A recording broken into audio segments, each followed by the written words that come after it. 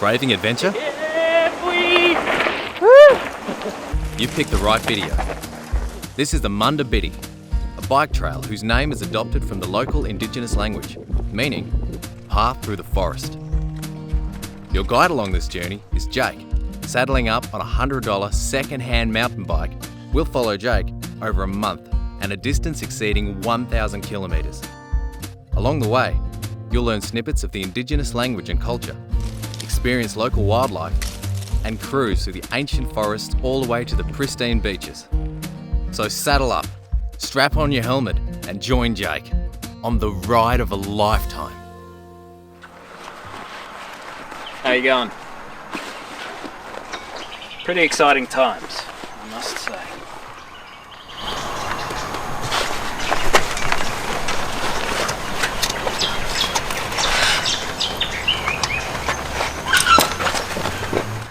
This is all pretty new to me.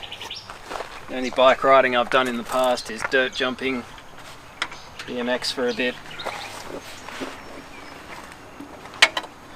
But travelling, yeah, no. So look, I've already stuffed up. Put that on the wrong side. What I've got here is a power bank that's good enough for a laptop or a couple of phones. In this one, we thought we'd get pretty creative. We've got this old chestnut from the Bibbulmun. That's my solar thing as well, just in case our setup here doesn't work. If you come around to this side of the bike, what we have is, you'll remember these from we had fun with these when we were kids. So that goes against the tyre there, and as you're moving, that generates 12 volts. 12 volts goes up to my converter, which converts it into 5 volt USB, 5 volt 2.1 amps USB there. Plug that into there. That's going to charge my battery while I'm riding. Technology, eh? It's the 19th of June, July, August. I'm feeling pretty shaky because I've had 2 coffees. We're about to, what time is it? About 8? Yeah, 8:40. 8:40. We're about to start heading south on our way towards Albany along the Munda Biddi. Munda Biddi means forest trail in Noongar. You're going to find out a lot about the country on this one, and how different it is compared to hiking, say, on the Bibbulmun Track.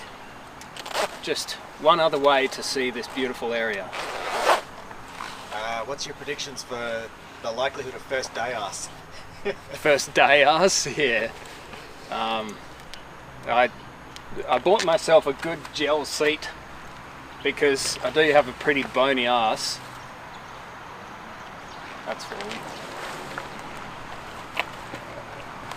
But what I didn't want to do is go full on, buy those special pants that have that cushion in it, especially when you're going to spend 4 weeks in it. I mean, could you imagine that cushion? Satan himself would not want to sit on that cushion. So just normal pants, because I'm not a full-on cyclist. We grew up on bikes and stuff, but this is more about the land and seeing it in this fashion. So if you don't have 8 weeks to walk it, then you can ride it in 4.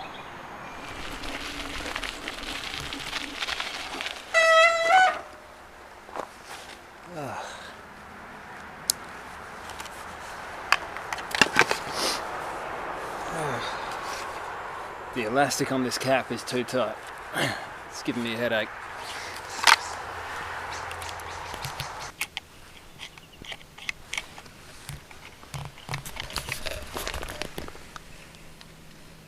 $20Ks in,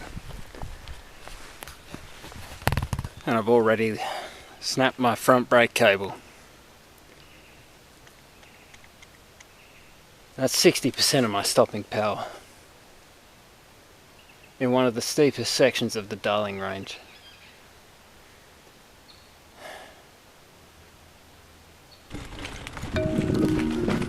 go. Why did I choose to hold the camera in my left hand when my left hand should be on the back brake?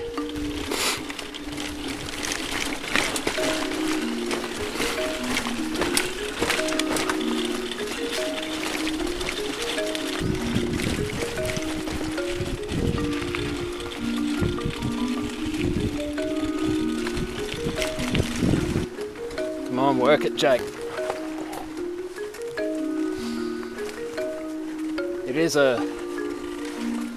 It's much easier on the knees, that's for sure. That generator's starting to make some funny noises. We'll see how much longer that lasts. Well, an hour into the trip, and this thing is trying to chew out the sidewall of my tyre. Plus, the bearings in the thing are getting pretty noisy.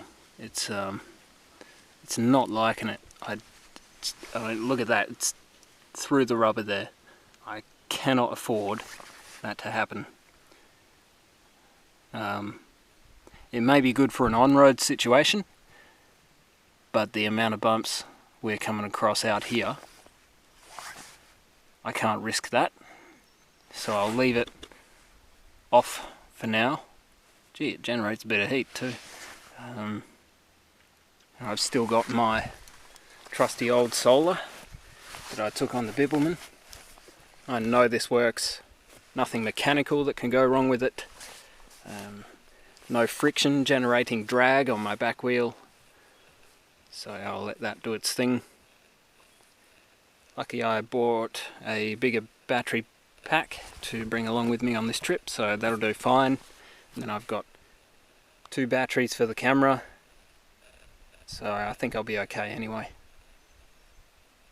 The efforts we go to show you the different ways we can see this beautiful land. I've parked up next to the pipeline. This one goes down to the metropolitan area, but the track is heading down through the valley and then back up that hill.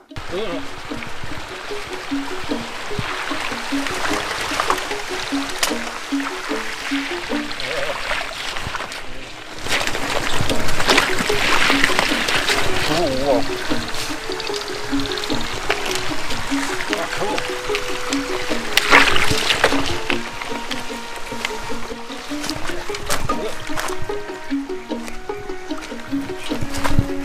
I would call that my first stack.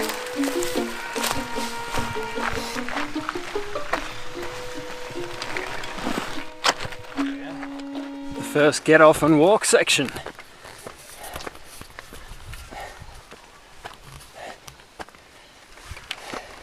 It's like when you're hiking with a 60-70 litre pack and then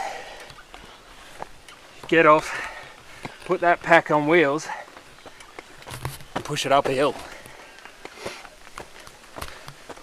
Brings back good memories of mountain biking in our area as kids.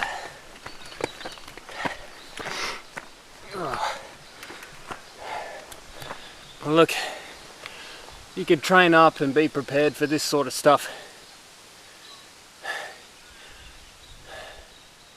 but where's the fun in preparation? Upon finishing a massive hill, you're greeted by a beautiful sign. The colour green is easier than the colour blue. So if I go straight ahead, I get the easier option, but you want to test yourself, don't you? See how much you can take. So let's follow that little blue trail. This way to the Lancaster. Advanced skills. So there's green, blue and black. And black is the hardest. Being called the Lancaster, a lot of you will know that Lancaster is the name of a World War II British bomber. That sounds pretty brutal. A guy just passed me on a dual suspension full-on downhill bike. I don't think this thing is going to handle it. Let's find the other way. Here's as good a spot as any to have a bite to eat. A bit of a rest. I'm a bit shaky. You've got to take a fair bit of sugar with you when you're out here. The only thing I've got that's got any sugar in it are muesli bars. Some muesli bars will keep me going. Muesli bars are just the best thing. You can just put anything in them. So this has got peanuts, almonds, cashews, sunflower seeds, sesame seeds, cranberries, sugar, glucose, honey, brown rice, syrup, puffed rice. Just a variety of things that can keep me going.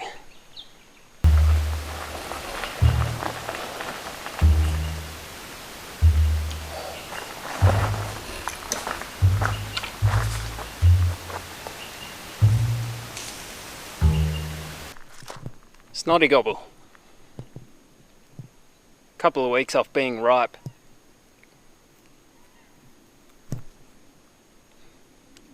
So the outer skin's going to taste terrible. Get to them in a couple of weeks' time and you have a beautiful feed off this tree. There's heaps of them. So basically when they're good to eat, they'll look like a piece of running snot. And the flesh kind of tastes like mango. And then there's a nut in there that you can put on the frying pan or over the fire, open it up, make it a bit easier to chew. You get a bit of something that way.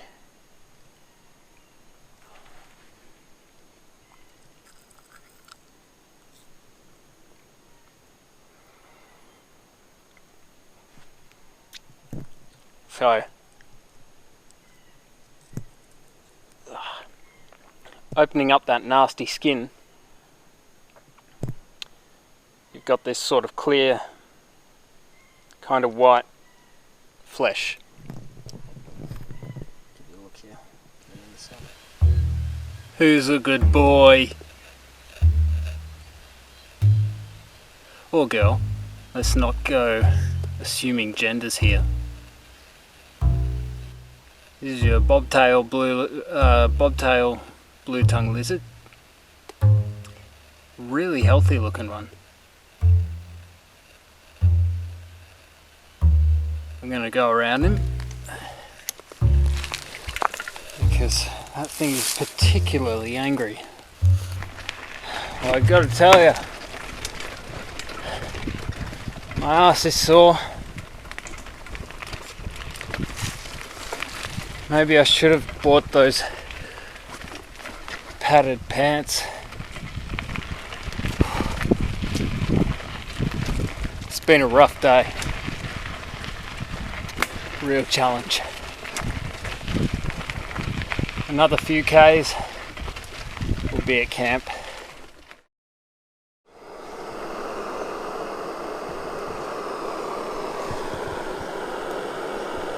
There wasn't even any mosquito larvae in this water, but I'll boil it just to be safe. If there was ever a day I needed protein, it is today. So for dinner, I've got barbecue flavour beef jerky. So premium air-dried beef biltong. 22 grams of protein per serve, 100% grass-fed free-range beef, which is a bonus.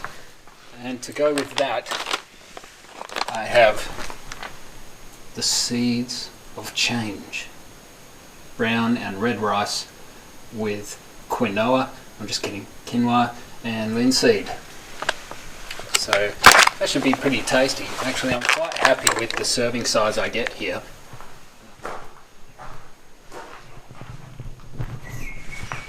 They're much bigger huts than the Bib. Obviously you get a lot of cycling groups come through here. There's even places out the back where you can lock up your bike. So I slept in there. It was very cold, so I'll make some adjustments to that. It was freezing last night. I'm going to have to make some adjustments. Took my pants off, slept in my undies. That was a mistake. You know you get cold feet, Jake.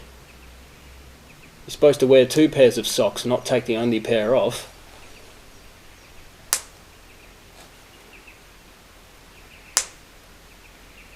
Bit of coconut milk in here. This stuff, I'm loving this. It's cost effective, because you can't really buy milk powder in less than like 500 grams. Bit of this, and you can use it in your cooking.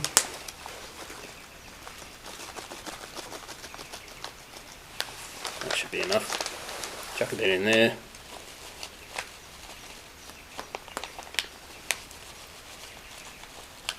That's good.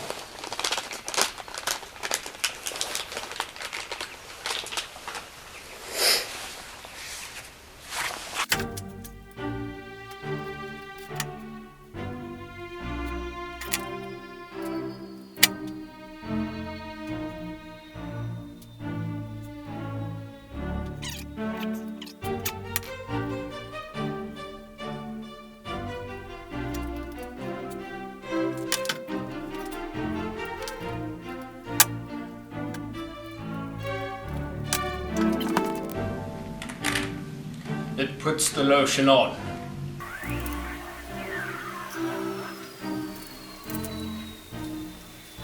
The skin over your ears is very thin.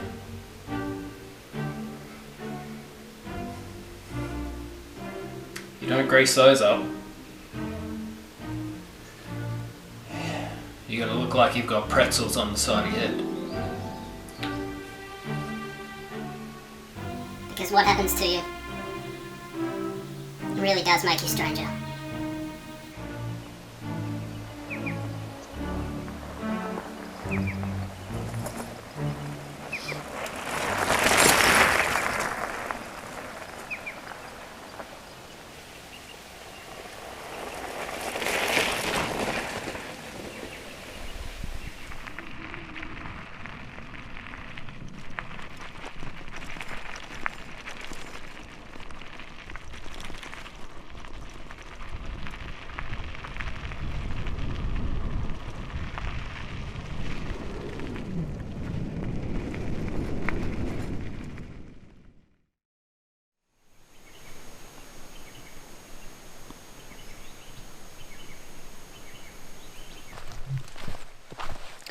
Another successful day riding.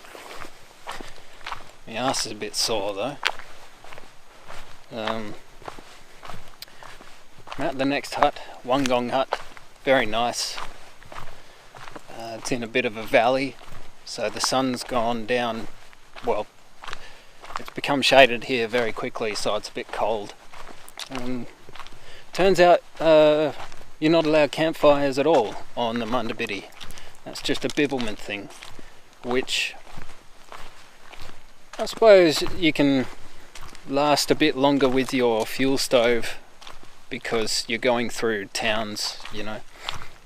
So pick up another gas canister, that's fine, that's no problem. But this is a rather cold time of year. I've got my gas canister in my jacket to warm it up, makes them a bit more efficient. I've got enough to cook dinner tonight. Yeah, so not a bad day's ride, not as hard as yesterday, and tomorrow I hear is pretty good too. Going through Jarrahdale tomorrow, I'll pick up some more gas. I found somebody had left their fuel stove behind. Word came from a person who's heading up the other way, staying at the same hut here tonight. So a couple from South Australia, they're in front of me. I'm reading their entries in the log. They left their fuel stove behind. You'd be kicking yourself. What do you do without your fuel stove? I can't bring it with me, I don't have the room, and I can't catch up to them because I don't have padded pants and my arse is sore. I've got to pick up some padded pants somewhere.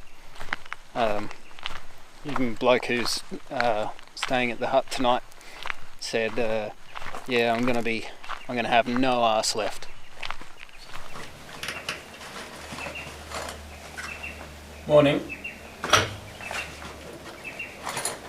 Another very cold night, but I think I got a better sleep than the night before. There it is.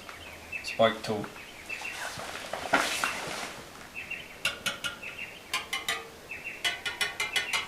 Yeah. Spokes are very loose. Given some time for that rim to get used to the panniers, there's a lot of weight on this back wheel. Yeah, not a bad run today, heading through Jarrahdale. Gonna pick up some more food,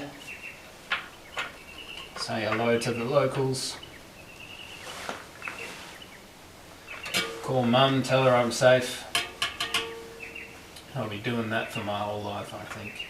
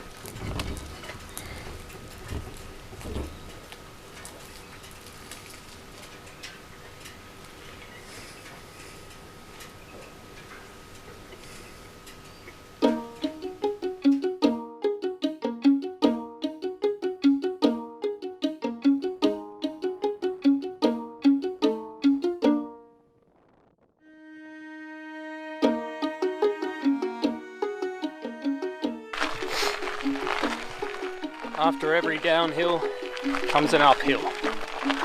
Just before that bridge was a very nice downhill section.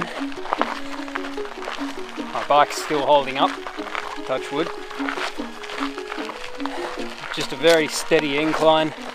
Eventually I ran out of gears. I don't mind a bit of a walk.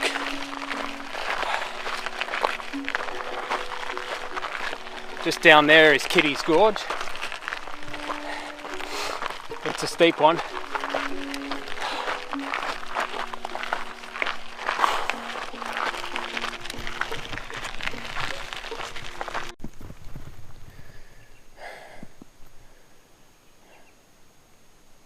I had my head down, going up that hill, just battling. And I can't remember the last time I looked up and saw a track marker on one of the trees. I could walk back and find one, find the last one. If it points in another direction, then I've got to come back, get my bike, so maybe I should just take my bike. Never leave your bike, it's not a good idea. Or I could go down there and keep going until I see another one at the bottom of that hill. If there isn't one down there, I've got to come back up here anyway with my bike. think it's best for me just to take my bike back there now, get my bearings. Yeah.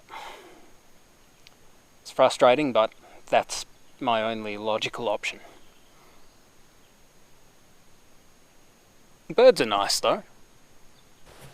Well, there you go. Went back over the hill. There's one a couple of 100 meters back.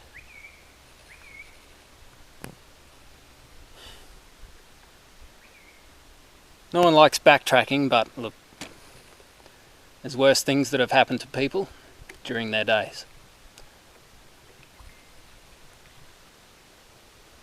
Got reception out here.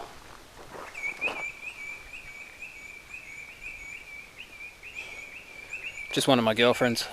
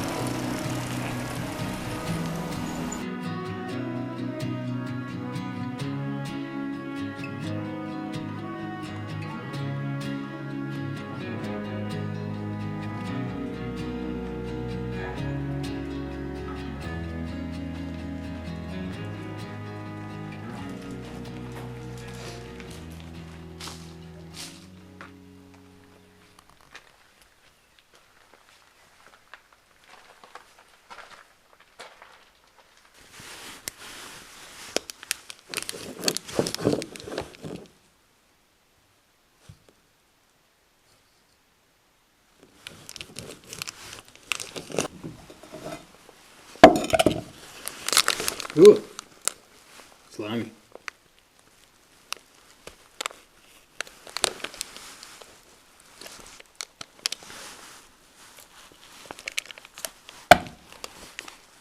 The mosquitoes are really bad here. I'm fully covered head to toe, apart from my face. And I'll tell you what, they're finding it. This is concerningly juicy. They're keen. Look at them.